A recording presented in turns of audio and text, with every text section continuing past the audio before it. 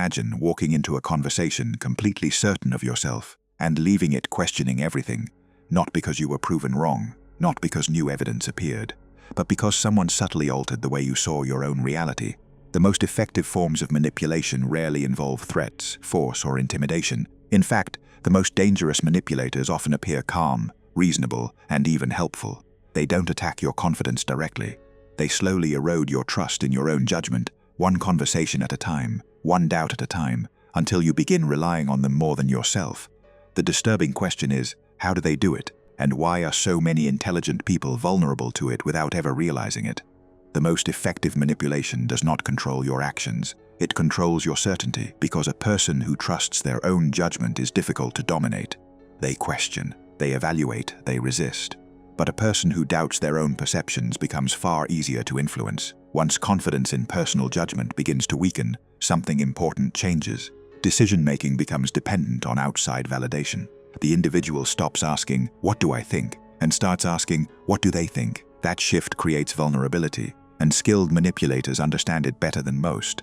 Contrary to popular belief, manipulation rarely begins with obvious aggression. The stereotype is familiar: a controlling person shouting, threatening, demanding obedience. But sophisticated manipulation is often much quieter, much more subtle. The goal is not to overpower someone immediately. The goal is to slowly reposition them psychologically, to make them question their own interpretations of reality. One of the most common methods is the strategic use of contradiction. A person's observation is dismissed, their memory is questioned, their perception is challenged, not aggressively, repeatedly. Over time, imagine someone expresses concern about a situation. Instead of addressing the concern directly, the manipulator responds by questioning the person's interpretation. Perhaps they're overthinking, perhaps they're being too emotional, perhaps they misunderstood, perhaps they're imagining problems that don't exist.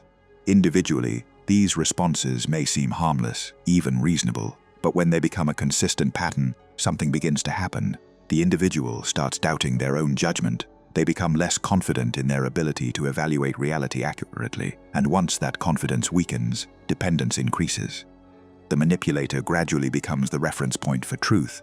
This is where the dynamic becomes dangerous, because influence grows strongest when people stop trusting themselves.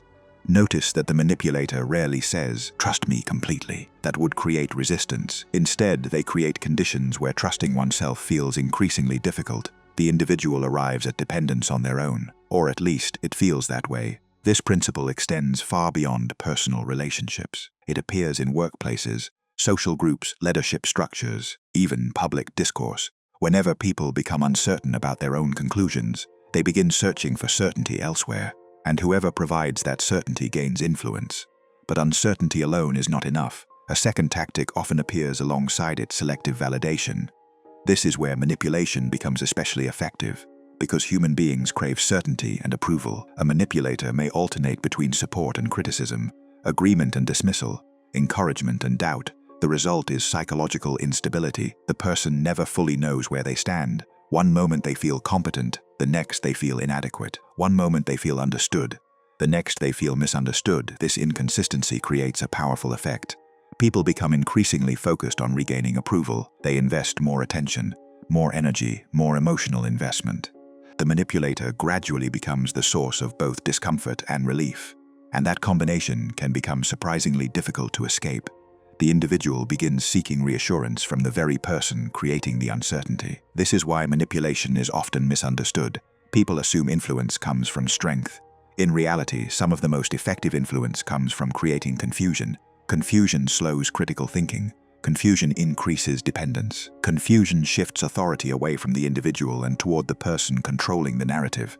But there is an even deeper layer to this process, a layer that explains why intelligent, capable, and confident people can still become vulnerable to psychological manipulation.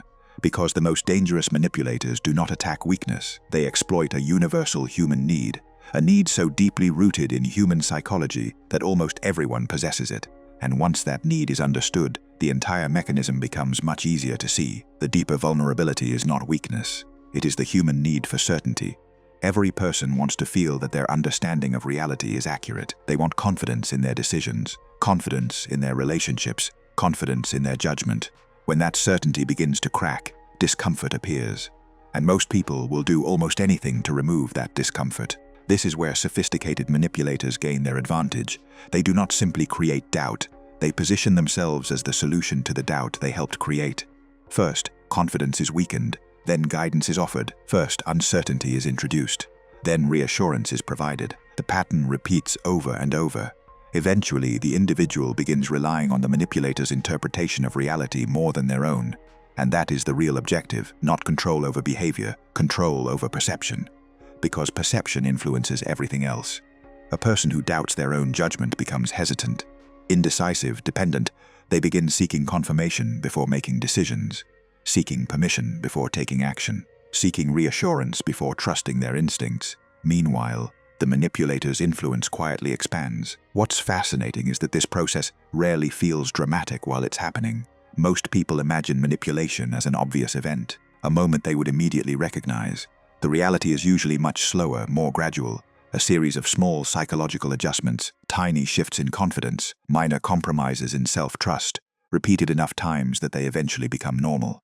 This is why highly intelligent people are not immune. In fact, intelligence can sometimes create a false sense of security. People assume they are too rational to be influenced, too aware to be manipulated, too smart to be deceived. But manipulation rarely succeeds because someone lacks intelligence. It succeeds because it targets emotional needs that exist beneath intelligence. The need for acceptance, the need for certainty, the need for belonging, the need to avoid conflict. These needs are universal, and when someone learns how to exploit them, influence becomes remarkably effective. So how do psychologically strong individuals protect themselves? Surprisingly, the answer is not becoming more suspicious. It is becoming more self-aware. They pay attention to patterns. They notice when interactions consistently leave them doubting themselves. They notice when confidence decreases rather than increases around certain people. They notice when they begin seeking permission for decisions they were once capable of making independently. Most importantly, they separate disagreement from self-doubt. Someone challenging your opinion does not automatically mean your opinion is wrong. Someone questioning your perception does not automatically mean your perception is flawed. Someone speaking confidently does not automatically mean they are correct.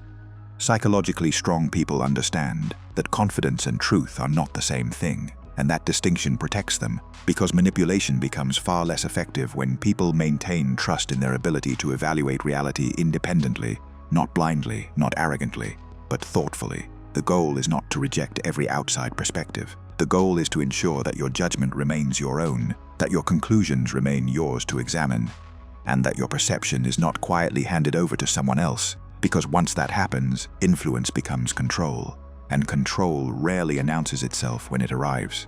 The most dangerous manipulators do not force people to obey. They encourage people to doubt themselves. They weaken confidence in personal judgment and gradually position themselves as the source of certainty. That is why psychological manipulation can be so difficult to recognize. It often feels like guidance, support, even care, until one day a person realizes they trust someone else's perception of reality more than their own. And by then, much of the influence has already been established. Have you ever encountered someone who constantly made you question your own judgment, memories, or decisions? Looking back, what were the warning signs? Share your thoughts in the comments. Because understanding manipulation isn't just about recognizing it in others. It's about protecting the one thing every influential person wants control over: your perception of reality.